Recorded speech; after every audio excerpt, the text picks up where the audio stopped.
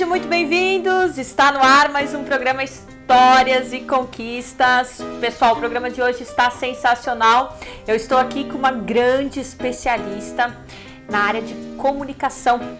É ela que estudou jornalismo na Univale, é também doutora em gramática, mestre em educação, veio compartilhar sua trajetória, professora da Univale também, palestrante na área de educação. São muitas atribuições com muitos desafios, muitas superações. Não perca, o nosso programa está começando. Pessoal, estamos conversando hoje com a doutora Eliana Moreira. Doutora, seja muito bem-vinda ao nosso programa. A doutora Eliana, ela é minha colega aqui na TV Univale também, pessoal. É uma grande comunicadora. Eu conversando com ela, né, eu tô também trabalhando nessa área de comunicação e a gente pode perceber a abrangência da área, né? Eu sei que ela tem trabalha com produção textual, trabalha na área de concursos públicos também, trabalha na área de comunicação oratória, também trabalha com jornalismo. Enfim, eu não sei nem por onde começar a entrevista, mas eu cheguei a uma conclusão. Vamos começar pelo início. Sei que você se formou em letras, né? Letras. Na verdade, eu entrei na universidade, uma longa história, entrei com 15 anos, passei no vestibular. E a minha primeira faculdade eu fiz em Lages. E me formei 15 anos. É uma longa história, porque entrei na escola com 4 anos. E você foi emancipada antes de se formar? Não, então eu vou ter que te contar a história. Minha mãe era professora. E aí eu sempre tinha muita vontade de ir para a escola e ela não me levava, obviamente, porque eu tinha 4 anos. Quando eu fiz 5, o pai parou o carro na frente da escola e eu perguntei: quem é que manda aqui? Aí ele disse: o cara que fica naquela sala. Era um padre, se chamava Padre Dilmar Cel. E eu fui conversar com ele, bati, e ele me tratou como se eu fosse adulta. Aí ele disse o seguinte: a senhora pode sentar. Eu disse assim: muito obrigada, eu precisava muito falar com o senhor.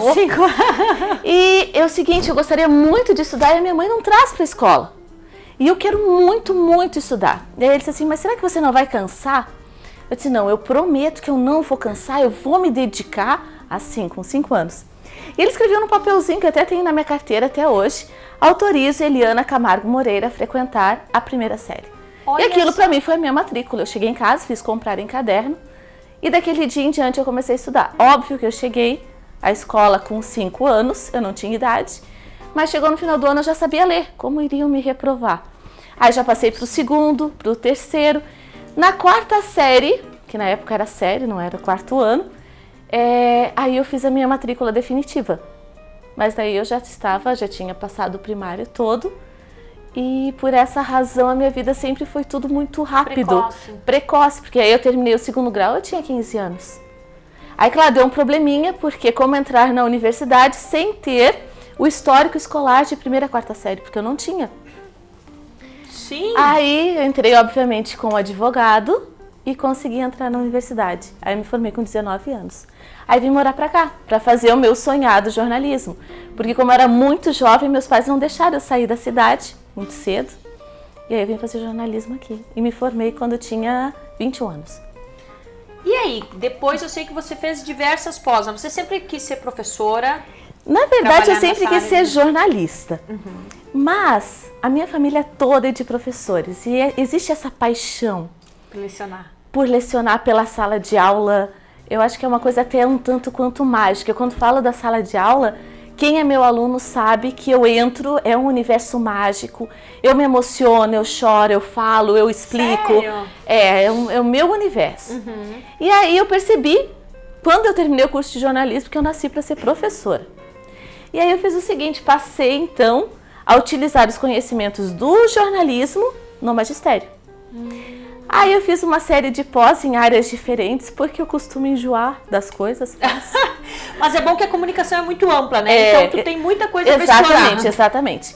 Aí eu passei no mestrado. Primeira turma de mestrado da Univale estava ali. Em educação, né? Em educação para o ensino superior. O que é um mestrado em educação? Na verdade, o mestrado em educação, ele te prepara, te dá um subsídio teórico para você refletir sobre todas as questões educacionais, toda a parte pedagógica. E foi muito interessante porque desse mestrado, com os conhecimentos que eu construí, é que eu trabalho muito com as palestras, porque hoje eu sou palestrante quase que em Santa Catarina toda, trabalhando com os professores da rede pública. Eu trabalho assim, palestras sobre estratégias de leitura, estratégias de ensino, trabalho sobre ludicidade, avaliação, currículo. Então, o mestrado em educação foi excelente nesse aspecto. Mas, como eu sempre gostei da linguagem, na hora de chegar e escolher qual seria o doutorado, obviamente, tinha que ser em língua portuguesa.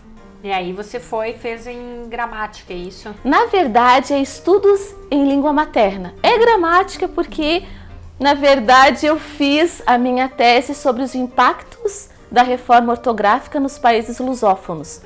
Então, eu estudei todos os impactos da reforma em quem fala língua portuguesa, o que mudou, o que não mudou. Então, é gramática pura, né? Gramática. Legal. E você, então, como uma profissional da área do jornalismo, letras, educação, quem que é a Eliana hoje? O que a Eliana tudo faz hoje? A gente dá uma olhada em quem que é a Eliana hoje. E olha, aconteceu outra coisa por acaso na minha vida, que foi o curso de Direito.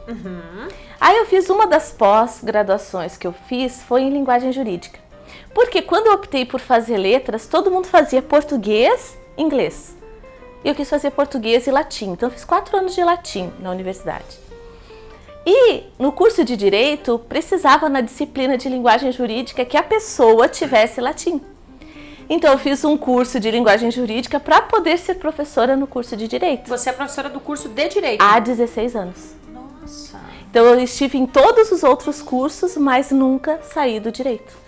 E qual que são as disciplinas que tu leciona lá? Hoje no Direito eu trabalho com a elaboração de documentos jurídicos, que aí a gente alia aqueles conhecimentos da área de letras, dando enfoque na linguagem jurídica específica.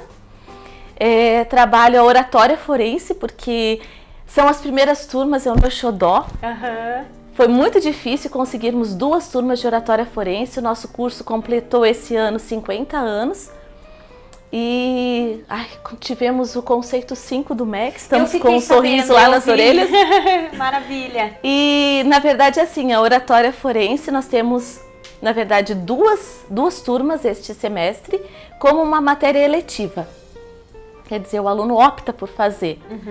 E temos mais ou menos 100 alunos, porque eu tenho 50 em uma sala, 48 na outra, mais ou menos. Legal. Eu acho que deve ser fantástica essa disciplina, né? E eu imagino assim, eu também sou professora de comunicação, oratória, até eu e a Eliana já batemos alguns papos com relação a isso. Como é que você lida com esse medo de falar em público, Eliana? Tu percebe o medo nos alunos? O que você recomenda para eles vencerem um pouquinho? Na verdade, eu fui muito tempo professora de pré-vestibular. Eu fui, acho que mais ou menos uns 12 anos professora de pré-vestibular, de intensivo, semi-intensivo. E eu peguei uma prática muito grande em falar em público, porque eu era uma pessoa bastante tímida. Isso, tu me contou. E aí eu descobri o seguinte, que a oratória é questão de técnica. Então eu vou te dizer uns nomes meio estranhos assim, mas os alunos aprendem comigo o que é uma aporia, o que é uma preterição, uma hipófora, que parecem palavrões, mas não são. São técnicas que você utiliza para melhor verbalizar e para promover o convencimento. E essas técnicas eu posso usar em qualquer segmento. Tanto é que nas últimas eleições, há 4 anos, eu preparei e tive a honra de ajudar a eleger 6 prefeitos e 9 vereadores, tendo aulas de oratória no meu escritório. Justamente com as técnicas de verbalização pública, preparando os discursos. Então, ninguém nasce orador. As pessoas se fazem oradores. É mais ou menos como Demóstenes, que é um grande orador da antiguidade, e ele tinha dificuldade, porque ele era gago, porque ele não tinha uma postura adequada, mas ele colocou na cabeça que ele ia falar bem, ele ia falar com adequação. Então, ele foi se modificando, foi se moldando. E é mais ou menos assim que eu passo para os meus acadêmicos. Existem técnicas, você precisa tomar posse desse conhecimento e você precisa utilizar continuamente. A partir do momento que isso vira rotina, o medo é eufemizado, ele diminui. Então eu sempre conto para eles, e é verídico, quando eu comecei a trabalhar com pré-vestibular eu era muito jovem. A minha primeira turma de pré-vestibular eu tinha 18 anos. Meu Deus! E eu fui a um ginásio que tinha 400 alunos. E depois que eu terminei a aula, eu digo assim que eu acho que eu sofro de emoção atrasada. Porque depois que acabou a aula, o corpo inteiro ficou cheio de brutueja. Justamente o sistema nervoso. Muito nervosa. Aí eu comecei a observar que cada vez que eu tinha que dar um aulão muito badalado, porque aulão em pré-vestibular é badalado, eu voltava a ter essa brutueja no corpo. Tanto é que a cada final de aulão eu tomava Polaramine para passar a alergia. E depois eu descobri que quando eu me senti segura no conteúdo, quando eu passei a usar as técnicas para falar bem, eu automaticamente fiquei boa. Eu não fiz nenhum tratamento específico, nada. Tudo aquilo era sistema nervoso. Então é assim, dominar o medo é a primeira coisa que se tem que aprender. Isso serve para qualquer segmento. Você vai fazer uma entrevista de emprego, o dominar o medo, o saber respirar, o saber como começar uma fala, em que momento falar, tudo isso faz com que você automaticamente se apresente melhor. E a fala é o nosso cartão de visitas. Com certeza, adorei as dicas. Liana, nós temos que dar alguns minutinhos, vamos para o intervalo. Pessoal, daqui a pouquinho estamos de volta, fique com a gente. Estamos de volta, conversando hoje com a professora doutora Eliana Moreira. E ela está aqui compartilhando um pouquinho do seu conhecimento na área de comunicação e oratória e também falando da sua trajetória. Eliana, como nós já comentamos, ela tem diversas atividades nessa área de comunicação. Qual que é a atividade que te traz mais realização pessoal no decorrer desses anos todos? O curso, eu sei que você fez o mestrado em educação, fez depois o doutorado em gramática, você tem diversas atividades tanto na área de produção de concursos públicos, enfim, qual que de todas essas atividades te traz mais realização pessoal? É difícil falar, porque cada uma é especial. Pode ser duas? Pode. Na verdade, assim, a academia, a universidade me realiza muito, porque não fica só... o trabalho não fica restrito às paredes da sala de aula. No curso de Direito hoje nós temos 2 projetos, que aí eu tentei trazer um pouquinho daquele conhecimento lá do jornalismo. Então nós temos o projeto Direito de Resposta TV, que nós vamos à comunidade, colhemos as dúvidas jurídicas, levamos para os docentes que respondem e vamos para o estúdio gravar as respostas. Então é bem interessante. E tem o Direito de Resposta Rádio, que faz o mesmo trabalho. Então, esse tipo de conhecimento não fica restrito à sala de aula. Então, trabalhar na academia, na universidade, me realiza muito. E a outra realização são as palestras nos municípios, porque são realidades diferentes. É muito interessante você sair aqui da nossa região e conviver, digamos, com uma cidade que eu adoro, José Boatê. Onde fica? José Boatê fica perto de Ibirama. Então lá tem uma aldeia, de índios, é uma reserva, e a realidade é completamente diferente da nossa. De repente você vai para Antônio Carlos, vai para, meu Deus, tantas cidades que eu já fui em Santa Catarina, que talvez se eu falasse estaria sendo injusta em não mencionar alguma. Claro. Mas é muito interessante você conhecer outras realidades, sentir nos professores aquela expectativa. Nossa, a professora está chegando de Balneário, a professora está chegando de Itajaí, ávidos por conhecimento, querendo técnicas novas. E depois viram amigos, você não tem noção. Eu digo assim que eu tenho amigos espalhados em Santa Catarina, porque realmente uma parte de mim fica lá. É uma coisa, é maravilhoso trabalhar nesse sentido. Eu acho interessante, você que trabalha com estratégias para, de uma certa forma, passar o conhecimento para o aluno, como é que você lida com aquele aluno da turma do fundão? Porque eu conheço muito aluno que é da turma do fundão, mas não significa necessariamente que não vai dar certo ou que não seja, amanhã depois não vai dar certo na sua profissão. E até eu conheço muitos que, inclusive, viraram excelentes professores. É assim, para mim, particularmente, não existe muito turma do fundão. Uhum. Porque eu faço com que todos saiam dos lugares, que todos usem o púlpito nas minhas aulas, que todos verbalizem de alguma maneira. Então, não adianta se esconder no fundão. Eu acho que a minha sala nem tem fundão. Respeita a individualidade de cada um com a sua magia, digamos assim. Cada um tem o seu jeitinho, mas eu sou aquela pessoa que vou chacoalhá-los, com certeza. E tem umas que dizem assim, umas alunas, ai, professora, vai chegando só, não é que não é boa, ai, mas dá um frio na barriga. Sim, tem que falar lá na frente. Mas tem que se colocar à prova. Uhum. E, na verdade, o operador do direito, ele sai de casa, ele só tem um instrumento de trabalho, que é a palavra. Que é a palavra. Ou falada, ou escrita. Então, ele tem que dominar. Nunca tive problemas de disciplina, assim, graças ao bom Deus, não tive, porque eu acho que até um pouco da personalidade. Eu gosto muito do contato com os alunos. A sala de aula, eu entro feliz para dar aula. Sim. Eu acho que isso faz diferença. Não é um fardo, não é enfadonho. Eu chego, eu posso até ter problemas pessoais. Te juro, eu chego à sala de aula, eu esqueço, eu pego no final, tudo de novo, vou para casa com os probleminhas, como sempre. Mas na sala de aula eu não os tenho. É muito engraçado, é uma terapia. Professora Eliana, eu gosto muito de fazer essa pergunta para os meus entrevistados, né? Muitos se emocionam até. Teve algum momento difícil na sua carreira, na sua vida, em que você precisou se reinventar, né? Em que você precisou... aquela força que vem extra que a gente tem, né? Teve algum momento assim? Na verdade, no ano de 2009, eu recebi um diagnóstico de câncer no estômago. Num primeiro momento, assim, é um baque. E muita coisa na minha vida mudou depois disso. Então, teve tratamento, não parei de dar aula. Eu acho que a sala foi o meu grande remédio. A sala de aula foi aquilo que me amparou. É uma coisa muito engraçada. Se eu conto, as pessoas até acham engraçado, mas eu acho que eu não lembrei que eu tinha câncer. Eu acredito nisso. E aí eu acho que isso que me ajudou na cura. O fato de estar sempre na ativa, sempre na sala de aula. Mas foi um momento assim bem difícil que eu tive que pensar uma série de coisas, reavaliar a vida. Tu teve que parar com algumas atividades profissionais. Na verdade, eu só abandonei um colégio que eu trabalhava na época com um pré-vestibular. Porque o pré-vestibular ele te dá um desgaste verbal maior. Porque as turmas são maiores, geralmente eu tenho 200, 300 alunos numa sala. Então é outra...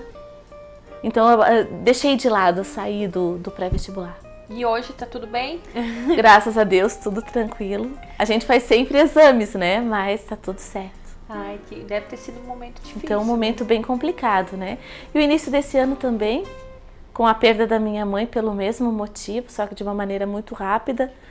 Então, o início do ano eu tava meio, eu poderia dizer assim, empiricamente sem chão.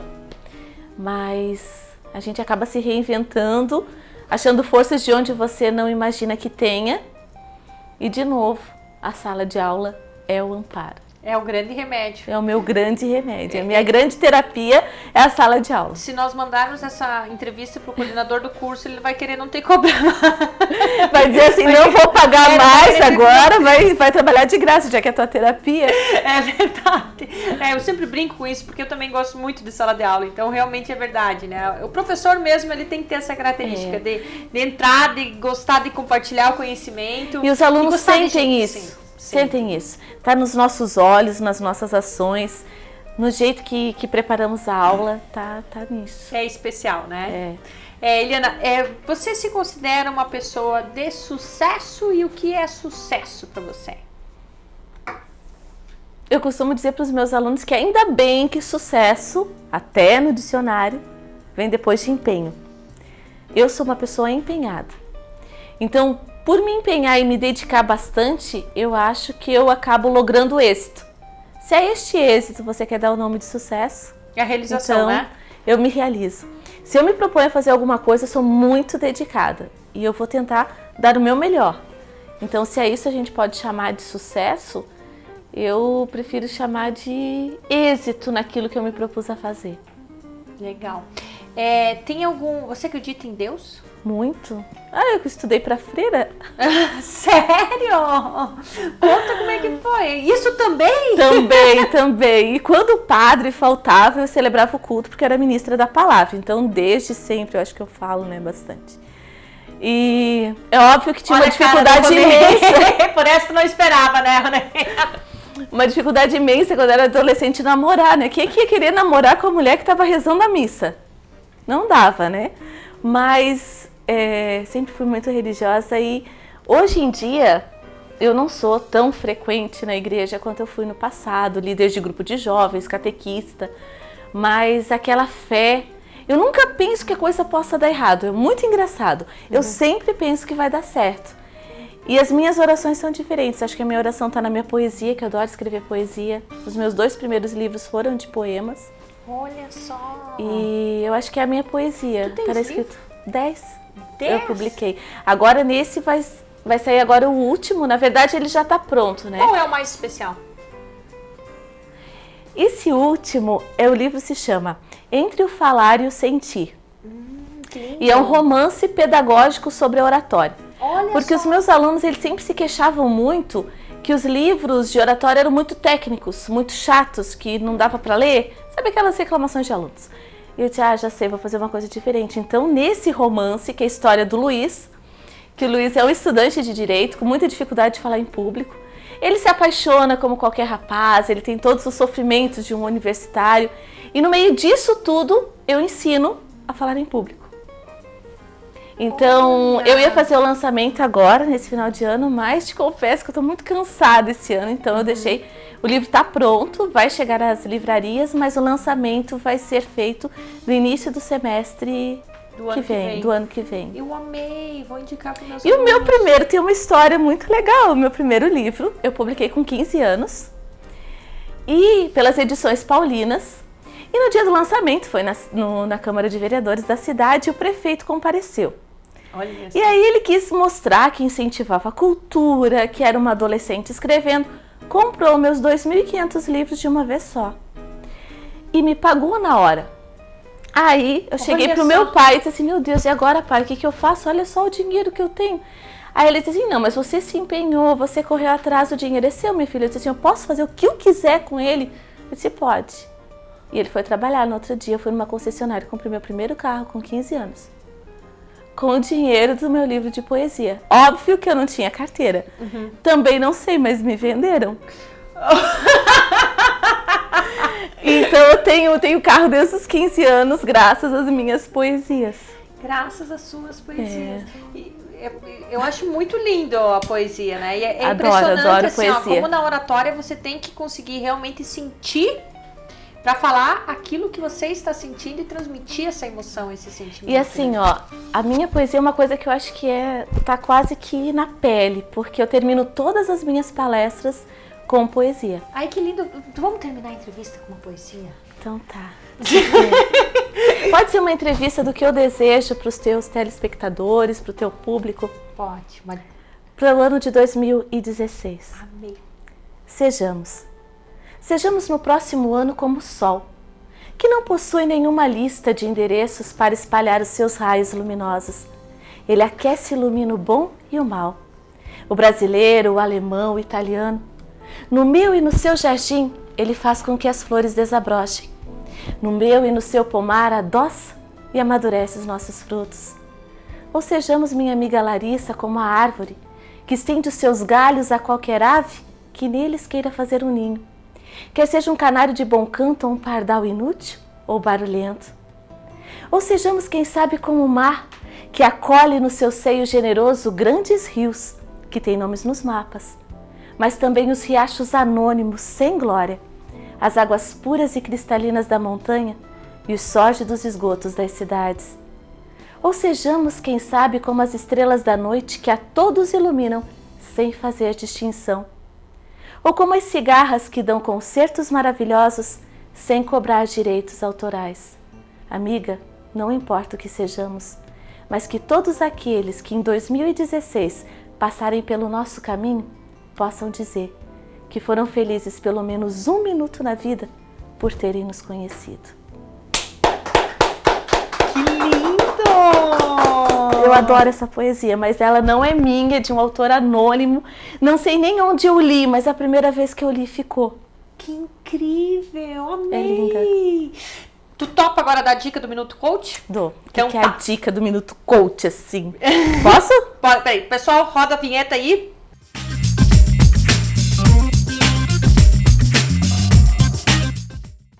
A dica de hoje é para quem vai verbalizar em qualquer situação, seja numa entrevista de empregos ou quem sabe num seminário na universidade.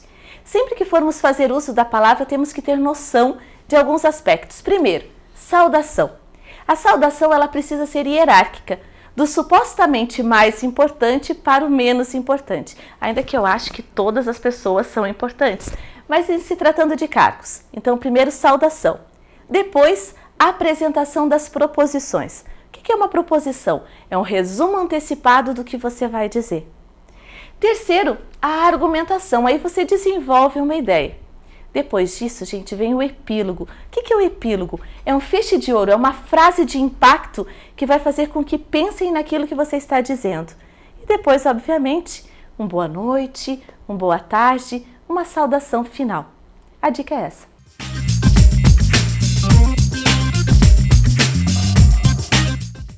Adorei, Eliana. Show de bola. Estrutura da mensagem. Bom, quero agradecer a sua presença. Sou eu, adorei. Eu amei. Que linda, linda. Você é incrível, querida. Parabéns. Olha, muito obrigada. Gente, a Eliana, ela foi, inclusive, a pessoa que deu uma geral na minha dissertação de mestrado, né? Sofremos juntas, né? Enfim, nos conhecemos, né? Exatamente. Enfim, muito especial, muito linda a sua poesia, a sua história. Teve mais histórias que ela me contou aqui, não deu tempo de contar, mas lindíssimas. E é isso aí, a gente fica à disposição de você. Eu que agradeço, obrigada. E um ótimo ano, né? Um ótimo Natal. 2016. Isso. Pessoal, quero fazer um agradecimento todo especial para Lojas Atrativa aqui na Oswaldo Reis, 1540, que sempre nos atende com muito carinho. Beijão grande pro pessoal. E quero fazer um agradecimento para você, nosso telespectador. Semana que vem tem mais histórias e conquistas. Fiquem conosco. Obrigada pela sua audiência. Até a próxima!